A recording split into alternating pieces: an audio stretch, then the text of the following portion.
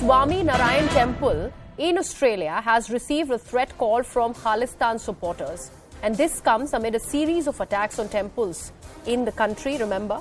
Now a Khalistan supporter apparently has, on a phone call, claimed that he is calling to warn Hindus to support Khalistan or face dire consequences. We have been told that this call was received by the Sri Swami Narayan Temple.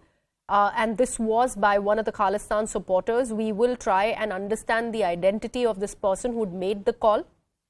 Remember, even as Prime Minister Anthony Albanese flew from Perth to be in India, just a few hours after that is when this call was reported.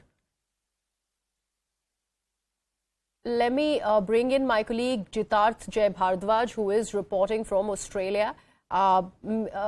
Jitarth, the fact that there have been a series of attacks on temples in Australia, there has been a series of racist threats in Australia as well, but specifically this Khalistan movement is really on the boil when it comes to Australia. This one is coming in from Perth. Do we know about the identity of the person who's made this call, and what more details can you share with us when it comes to when and why was this call made?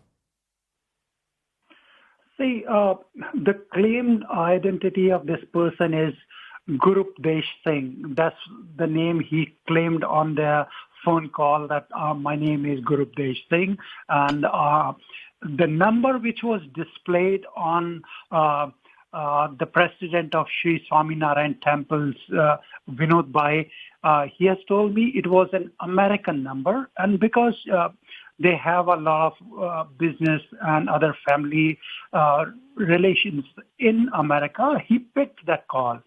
So we understand this call came from outside Australia, and the person has already claimed his name as Guru Desh.